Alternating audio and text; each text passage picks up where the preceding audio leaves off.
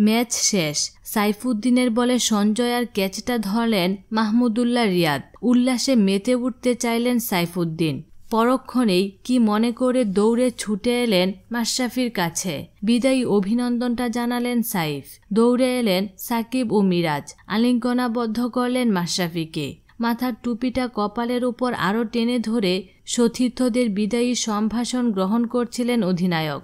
Match শেষে পুরস্কার বিতরণের পালা। সঞ্চালক একে একে বিজয়ীদের নাম ঘোষণা করছেন। ম্যাচ সেরা পুরস্কার বিজয়ীর নাম ঘোষণা হলো স্বভাবতই সাকিব আল হাসানের নামে। এরপর কথা বলতে এলেন সঞ্চালকের মাইক্রোফোনের সামনে। শুরুতেই কথা বললেন ম্যাচ নিয়ে। এরপর প্রসঙ্গ এলো বিদায়ী অধিনায়কের। এ সময় ক্যামেরা ঘুরে গেল মাশরাফির উপর। মাঠের ঘাসের উপর বসে আছেন তিনি। অনেকক্ষণ ক্যামেরা স্থির ছিল মাশরাফির উপর। এদিকে সঞ্চালকের প্রশ্নের জবাবে কথা বলে যাচ্ছেন সাকিব। বোঝানোর চেষ্টা করলেন মাশরাফি এমন এক ব্যক্তি যিনি দলের জন্য ছিলেন সবচেয়ে গুরুত্বপূর্ণ ক্রিকেটার। সাকিব আল হাসান এই গুরুত্বের কথা ভাষায় প্রকাশ করতে পারছিলেন না। তিনি বলেন, মাশরাফি ভাই ইজ ভেরি স্পেশাল। দলের জন্য কতটা গুরুত্বপূর্ণ তিনি, এটা আমি ভাষায় প্রকাশ করতে পারবো না। একা একটি দলকে আগলে রাখতেন। অবশ্যই আমরা তাকে মিস করব।